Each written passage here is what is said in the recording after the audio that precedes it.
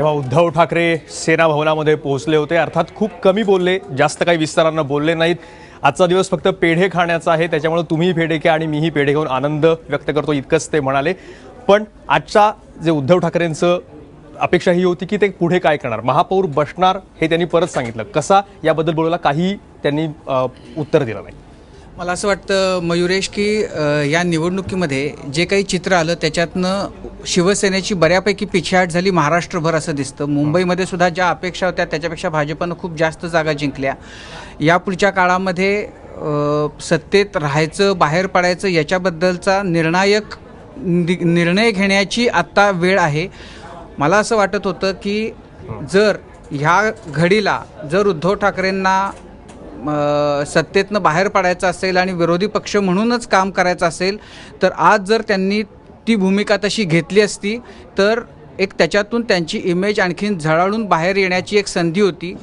जर आता त्यांनी आज केलं नाही, या पुढच्या काळामध्ये अशी संधी परत त्यांना कधी येईल मला माहिती नाही.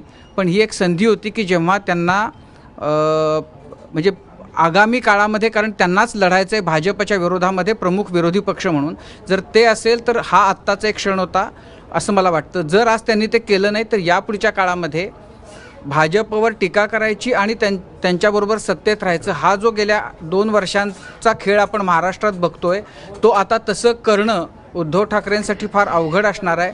कारण मुंबईचं जे काही सत्तेचं समीकरण झालेलं आहे त्याच्यामध्ये भाजपवर त्या पद्धतीनं टीका करून ते आता मुंबईचा कारभार करू शकणार नाहीत. त्यामुळं त्याच्यात त्यांची म्हणजे आणि शिवसेनेची सुद्धा मोठी अडचण होणार आहे.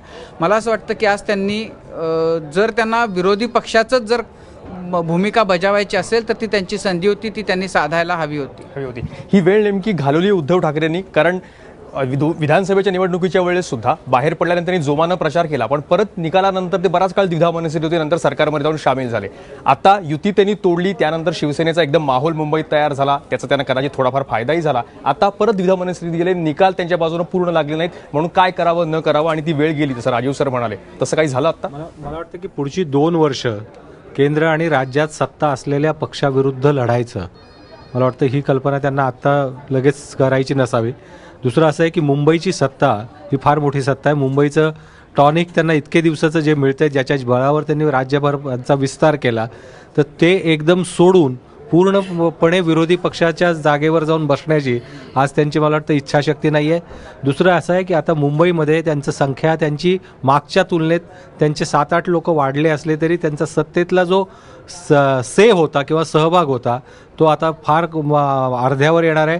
कारण महापालिकेत जर युती करायची असेल पुढच्या काळामध्ये तर ती आमच्या टर्म्सवर होईल असं भाजपाकडून स्पष्ट सांगण्यात आलं आहे. याची आता स्टिअरिंग कमिटी असेल, मग उल्लेख झाला, याचे अजेंडा पूर्वी महापालिकेचे निर्णय बरेचसे मातोश्रीवर व्हायचे आणि त्याच्यावर शिक्कामोर्तब महापालिकेत व्हायचं.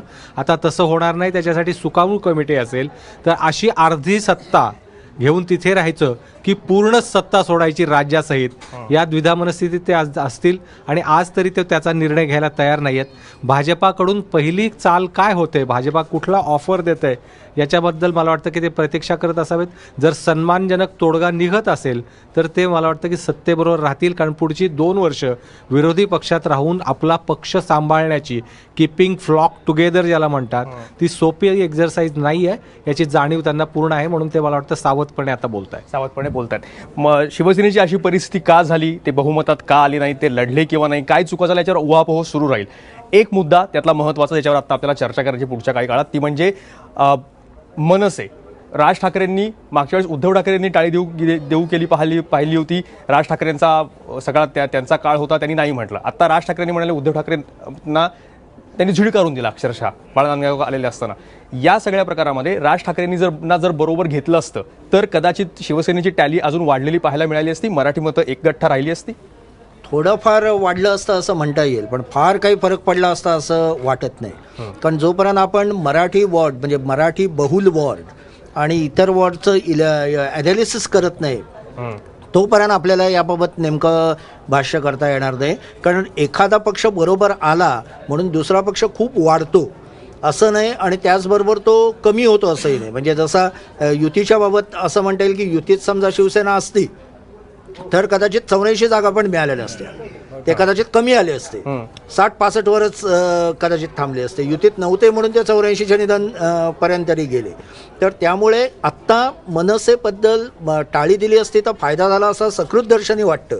पण जोपर्यंत आपण वॉर्ड निहाय मराठी मतं, कारण मनसे शेवटी कोणाची मतं घेणार होतं, मनसे हे मुख्यतः मराठी वोट्सच मनसेचा जी कोर बहुतांश आहे. सेनेची. जी सेनेकडे आहेतच आणि ते सेनेला बऱ्यापैकी मिळालेलेही दिसत आहेत. त्यामुळे खूप फरक पडला असता असं वाटत नाही, थोडाफार नक्की झाला असता. आणि मनसेने ज्या जागांवर हक्क सांगितला असता त्या बहुतांश जागा शिवसेनेचे प्राबल्य असणाऱ्या होत्या. तर त्या सगळ्या जागा सोडून म्हणजे दुसरे अन्य कुठले घटक त्या एखाद्या पक्षाबरोबर येणार असतील तर त्यांना बरोबर घेण्यात युती असते. 2+2 4 होऊ शकतं, पण त्याच 2मधला एक भाग घ्यायचा असेल तर मला वाटतं की त्यांनी मनसेबरोबरची त्यावेळेस युती केली नसेल. केली असती तरी फार त्याच्यातून फायदा झाला नसता.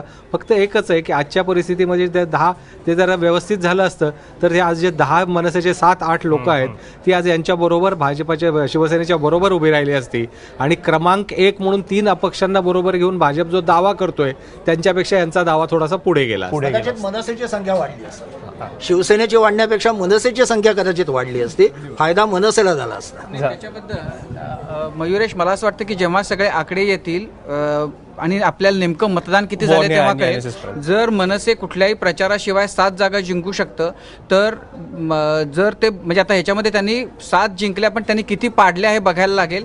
आणि कदाचित म्हणजे उद्याला जेव्हा सगळे आकडे बघतील तेव्हा कदाचित शिवसेनेला या गोष्टीच्या बद्दल पश्चाताप होईल की आपण त्याच्याबद्दल सहानुभूतीने विचार केला नाही. काही वेळेला असं आहे की थेट युती नाही पण मैत्रीपूर्ण लढती अशा ज्या म्हणतात त्याही करता आल्या असत्या.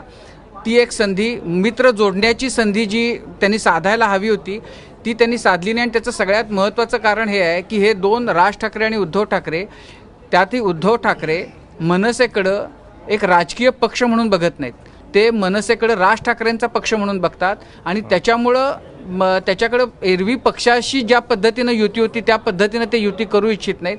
त्याचा फटका शिवसेनेला बसला. जर ते एकत्र आले असते तर शिवसेनेला म्हणजे आत्ता अगदी अंदाजानं जरी असलं तरी सुद्धा असं सांगता येईल की 100चा आकडा गाठणं शक्य झालं असतं. त्यामुळं फायदा होणं निवडणुकी अगोदर किंवा पश्चात यापेक्षा नुकसान न होऊ देणं ही पण स्ट्रॅटेजी शिवसेनेची असू शकली असती. आणि जर मराठी मतं मागच्या वेळेसारखी सेनेनं शिवसेनेच्या कोट्यातली जर काढली असतील आणि शिवसेनेच्या काही जागा या अगदी काठावर त्यांच्या हातातून गेलेल्या आहेत, ते नुकसान कदाचित जर इथं दिसलं नसतं तर सेनेची टॅली वाढली असती. याच मुद्द्यावर आपण राहणार आहोत, अधिक चर्चा करणार आहोत की राज ठाकरे आणि उद्धव ठाकरे एकत्र आले असते तर काय झालं असतं या निवडणुकीमध्ये. एक छोटासा ब्रेक घेऊयात. तुम्ही पाहत राहा कौल मराठी मनाचा ABP माझावर.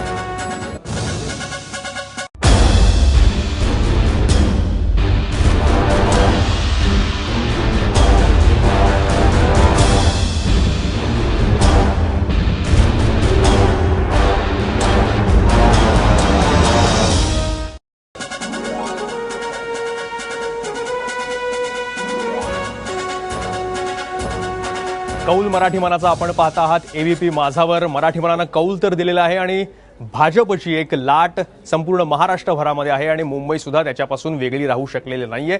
सुरुवात भाजपनं मुंबईमध्ये हळूहळू केली होती पण अखेरीस शिवसेनेला त्यांनी जाऊन गाठलेलंच आहे. आणि त्यामुळे शिवसेनेची चूक काय झाली याच्यावर आपण बोलतो. त्यातली एक आहे ती म्हणजे राज ठाकरे आणि उद्धव ठाकरे एकत्र येणार का, हा गेल्या काही वर्षांपासूनचा, जेव्हापासून मनसे स्थापन झाले तेव्हापासूनचा महाराष्ट्रातल्या राजकारणातला एक महत्त्वाचा प्रश्न आहे. त्याचा काही परिणाम झाला असता का?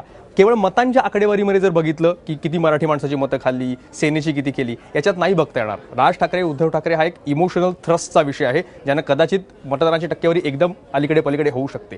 तो फायदा झाला असता का जर हे दोघं एकत्र आले असते तर? जागांचं विश्लेषण केल्यावर ते जास्त चांगल्या रीतीने कळू शकेल. पण मला असं वाटतं की ज्या रीतीने शिवसेना 40च्या 50च्या 60च्या फरकाने काही जागा हरली आहे त्यात मनसेचं निश्चित बेरजेचं राजकारण होऊ शकलं असतं. यशवंतराव चव्हाण सतत सांगायचं की राजकारण हे बेरजेचं हवं. मला नेहमी उद्धव ठाकरेंची एक गल्लत होताना दिसते किंवा ते माझं मत असावं की राज ठाकरे हे त्यांचे भाऊ आहेत की राज ठाकरे हे एक वेगळे राजकीय पक्षाचे नेते आहेत याचा निर्णय उद्धव ठाकरे घेऊ शकत नाही आहेत. कोणत्याही भाऊबंदकीतलं भांडण हे अतिशय कठीण असतं. ते सोडवणं आणि त्यातला पेच दूर करणं हेही कठीण असतं. पण जेव्हा एक भयंकर मोठा पक्ष मोदी आणि शहांच्या नेतृत्वात घोडदौड करत निघालेला आहे, तेव्हा कोणाचाही आधार पकडणं, हात पकडणं हे चुकीचं नसू शकतं. उद्धवजी पूर्वी जे काय विश्लेषण करायचे त्यात ते सांगायचे की काँग्रेस आणि राष्ट्रवादी एकमेकांच्या कॉस्टला वाढत गेले. त्यावेळेला तो ॲनालिसिस पूर्णपणे बरोबर होता की म्हणून त्यांना मनसे नको होती. पण मोदींच्या आगमनानंतर भारताचं चित्र पूर्णपणे बदललेलं आहे. त्यात शिवसेना जी तीच वैचारिक चौकट घेऊन पूर्वी समोर आला होता, ते मोदींना शह कसा देणार आणि ते देताना त्यांच्याजवळ कुमक काय हा प्रश्न आहे. तो उद्धव ठाकरे विचारताना स्वतःला दिसत आहेत का मला माहीत नाही. शिवसेनेचं एक वातावरण तयार झालं होतं ज्यावेळेस राज ठाकरेंचं बाळगंगावकरांना तिकडं मातोश्रीवर पाठवणं झालं, तोपर्यंत वारं तयार झालं होतं कारण शिवसेनेच्या बाजूनं गोष्टी जातील, मुंबईमध्ये किंवा असं वातावरण तयार झालं होतं. आपल्या या यशामध्ये दुसरा भागीदार कशाला असं म्हणून उद्धव ठाकरे मागे राहिले आणि त्यांनी राज ठाकरेंना बाजूला सोडलं. नाहीतर त्या म्हणत होत्या की शक्यता अशा वेळेस जेव्हा तुम्ही मोदी आणि शहांशी लढताय त्यावेळेस कोणाची तरी साथ घेणं हे काही चुकीचं असू शकत नाही. नाही, अगदी बरोबर आहे. पण तू जो त्याच्या आधी शब्द वापरलास इमोशनल थ्रस्ट, कदाचित त्या धास्तीमुळेच उद्धवने तेव्हा राजना नको म्हटलं असेल. कारण ते बरोबर आल्यानंतर शिवसैनिकांचा ओढा इमोशनली कोणाकडे जाईल याची खात्री त्यांना कदाचित नसावी आणि तशी ती नसणं साहजिक आहे. ते जे स्वतःच्या जीवावर कसं आहे की आत्ता त्यांना 84 सीट मिळाल्या म्हणून आपण हे ॲनालिसिस करतोय, ते 114वर गेले असते तर हा म्हणजे तो जो मोठा जुगार खेळायचा होता त्यांना आणि त्याबद्दल त्यांचं कौतुक केलं पाहिजे की या सगळ्या धाडसाने त्यांनी तो निर्णय घेतला आणि तो रेटून नेला. अशा वेळे यशात कोण भागीदार नको असेल तर अपयशही सोसायची त्या माणसाची तयारी असतेच. तर त्यामुळे त्यांना धस्ती ही असेल की पक्षात राज ठाकरेंसारखा कॅरिस्मॅटिक नेता आला तर आपलं काय होईल पक्षात, म्हणजे कोणी त्यांना हलवलं नसतं पक्षातनं पण एक प्रोसेस सुरू झाली असती. आणि हे केवळ बेरजेचं राजकारण नाही आहे, हे ठाकरे राजकारणाच्या म्हणजे राजकीय वारसदारीचं सुद्धा भांडण आहे. अशा राजकीय वारसदारीच्या भांडणात आपला प्रतिस्पर्धी जो आता डाऊन आहे त्याला परत बूस्ट करणे, त्याला परत ताकद देणे असा निर्णय कुठलाही राजकीय पक्ष घेऊ शकत नाही. दुसरं असतं की शिवसेना भाजपाची युती मुंबईमध्ये ती का त्याला फळं मिळाली तर त्या दोन्ही पक्षाचे एक जनाधार होते आणि हे दोन जनाधार ज्यावेळेस एकत्र आले त्यावेळेस ते एक पोटेंट कॉम्बिनेशन तयार झालं. असं कॉम्बिनेशन असं काही नव्हतं की राज ठाकरेंचा वेगळा काहीतरी जनाधार. मी तुम्हाला थांबवतो. ठाणेतनं एक महत्वाची बातमी आली आहे, म्हणजे ठाणे महापालिकेत शिवसेनेनं 66 जागांवर विजय मिळवला. अर्थ याचा स्पष्ट आहे की शिवसेनेची स्वबळावर सत्ता ठाण्यामध्ये पूर्णपणे हातात आलेली आहे. पुन्हा एकदा राष्ट्रवादी क्रमांक 2ला मागच्या वेळेसारखीच परिस्थिती आहे, क्रमांक 2ला राष्ट्रवादी राहिलेली आहे आणि शिवसेना 66 जागांसह एकमेव अशी महापालिका जिथे शिवसेनेची अगदी निर्विवाद बिनविरोध सत्ता येणार आहे. अगदी बरोबर आहे. आत्तापर्यंतच्या निवडणुकांमध्ये शिवसेनेला कधीही बहुमत मिळालेलं नव्हतं, परंतु यावेळेला ते एकनाथ शिंदेंच्या नेतृत्वाखाली शिवसेनेनं चमत्कार केला आहे. अक्षरशः सगळीकडे भारतीय जनता पक्षाचा विजय होत असताना ठाण्यात मात्र त्यांनी भाजपचा वारू रोखला, त्याच्यात त्यांना यश मिळालं. हे त्यांना त्याच्याबद्दल त्यांचं अभिनंदन करायला हवं आहे.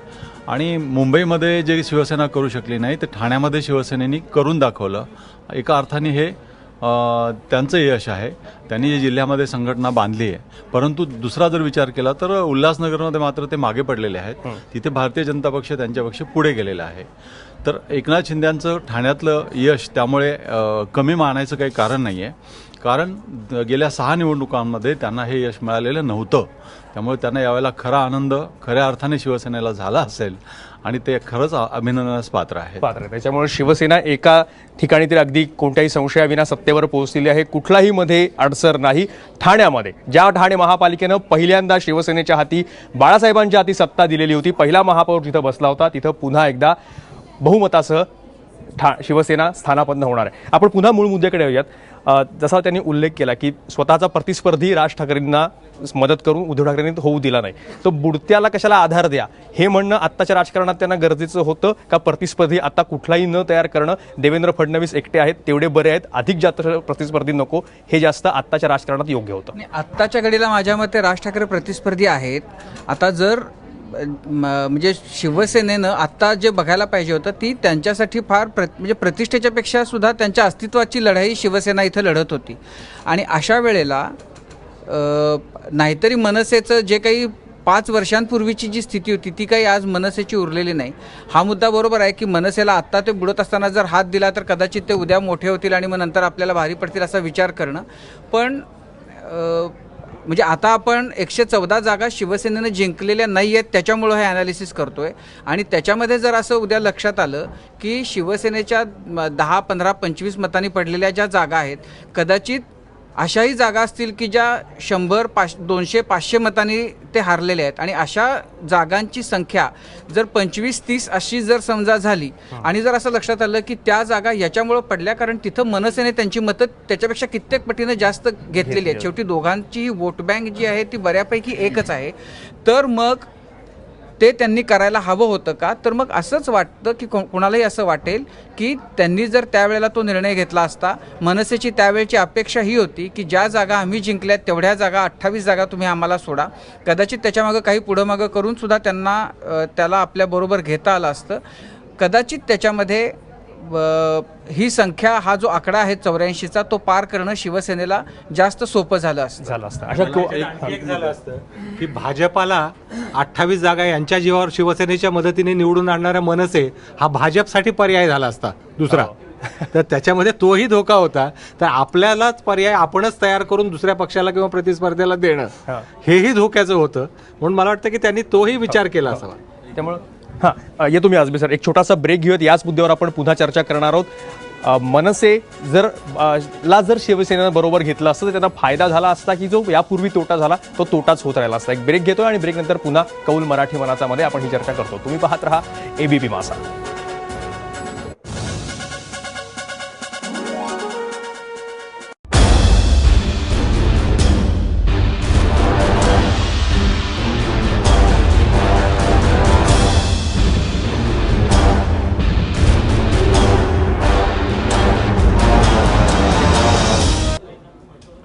मुंबईत स्वबळावर सत्ता मिळवायला निघालेल्या शिवसेनेचा पायात काय नेमका अडथळा आला आणि का शिवसेना बहुमतापासून काही अंतर मागेच राहिली?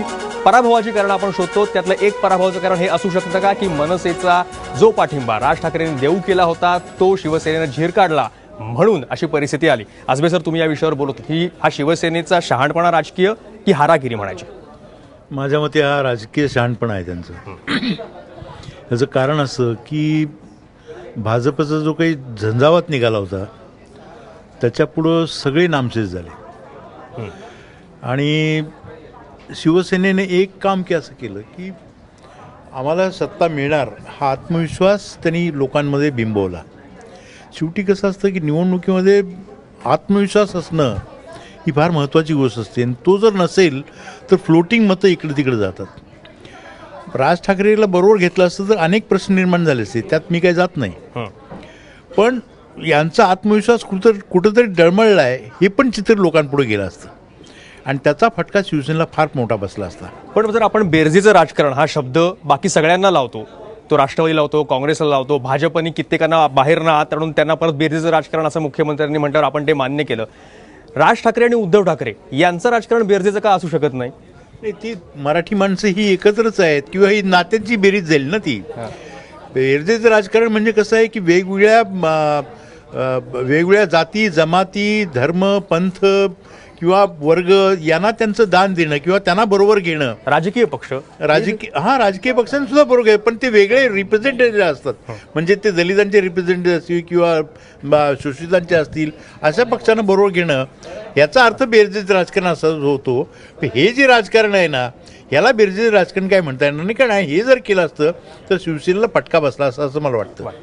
नाही, यावेळी असं आहे जशी भाजपची एक लाट होती तशी शिवसेनेने पण स्वतःची एक लाट तयार केली. जो कॉन्फिडन्स होता आणि ज्या पद्धतीने उद्धव ठाकरे या सगळ्या सामोरे गेले त्यांनी स्वतःची एक लाट बनवली आणि यामुळे खूप गट होते. जसं आता आजवे म्हणाले तसं म्हणजे बहिरामबागमध्ये शिवसेनेचा नगरसेवक यावा हे पहिल्यांदा घडतंय आणि मुस्लिम मतं अनेक शिवसेनेकडे वळलेली आहेत हे पहिल्यांदा घडतंय आणि त्यांनी ते मान्य केलेलं आहे.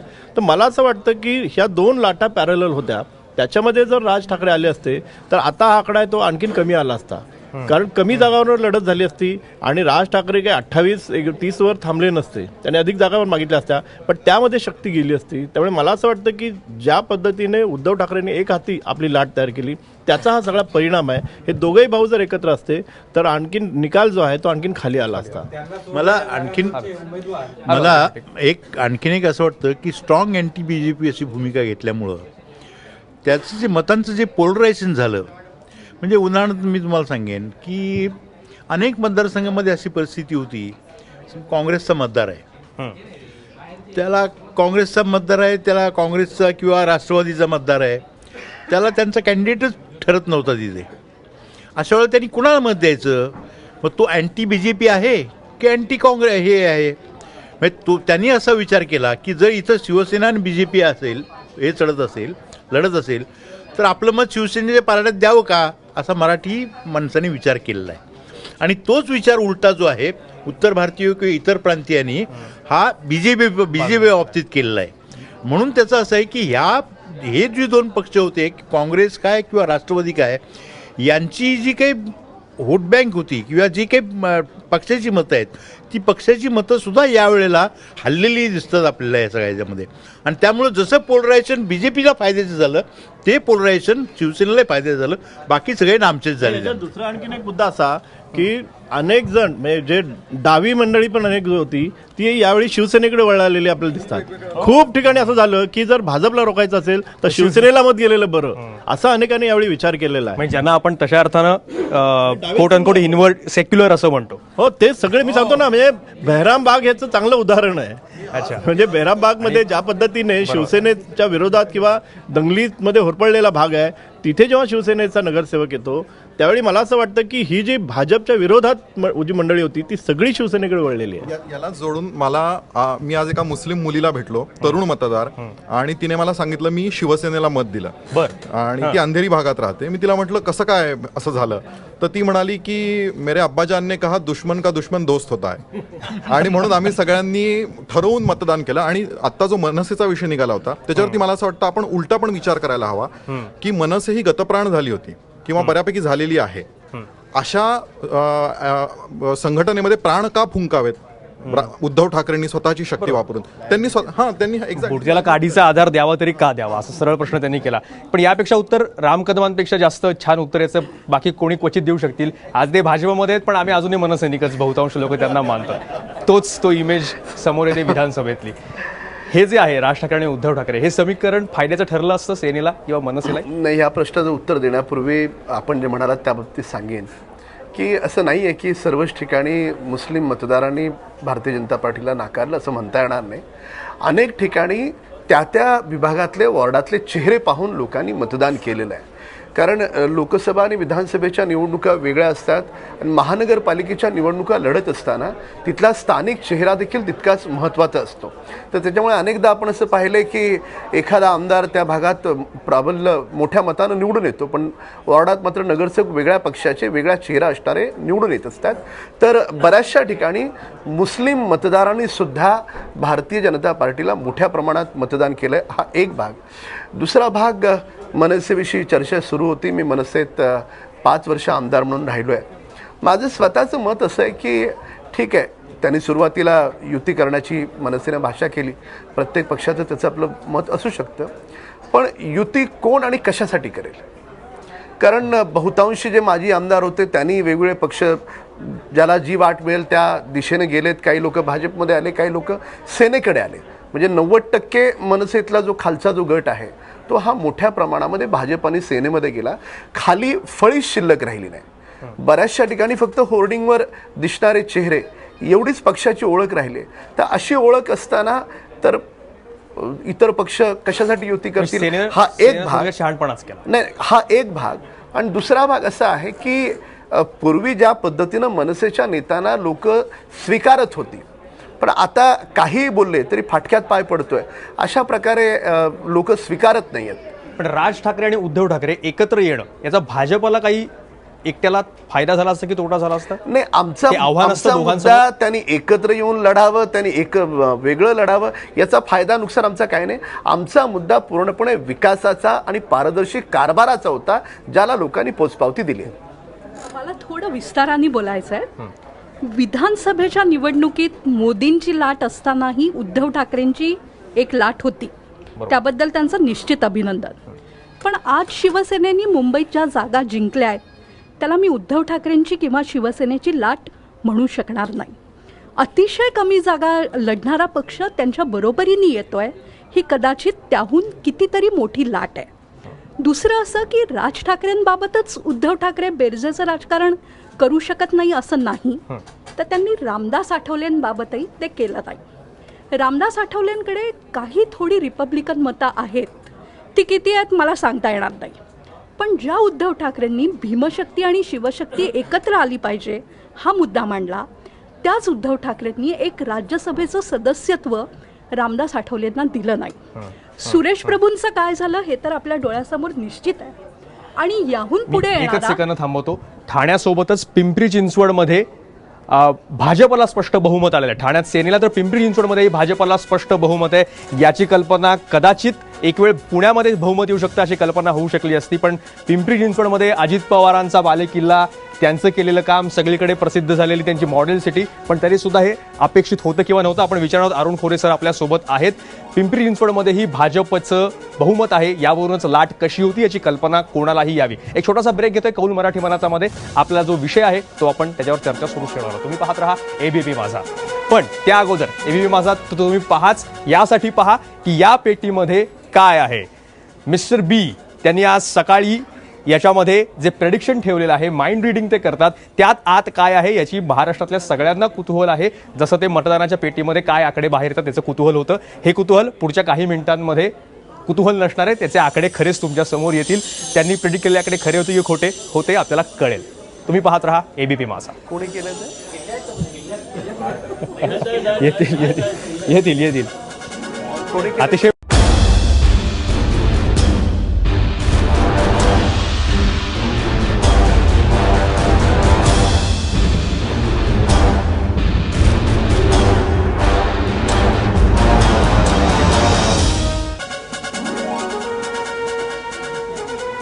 ब्रेकनंतर तुमचं स्वागत. कौल मराठी मनाचा मध्ये महाराष्ट्रानं कौल दिलेला आहे 10 महापालिका आणि 25 जिल्हा परिषदा. महाराष्ट्राचा कौल भाजपच्या बाजूनं लागलेला आहे.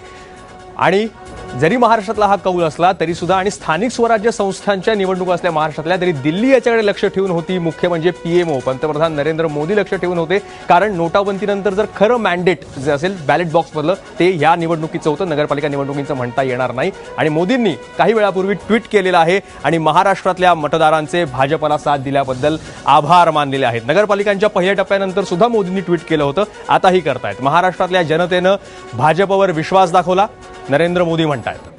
कठोर मेहनतीमुळे आज भाजप शहर पातळीवर मजबूत झालाय. महाराष्ट्रातली जनता आणि भाजपच्या कार्यकर्त्यांचं अभिनंदन करतायत नरेंद्र मोदी.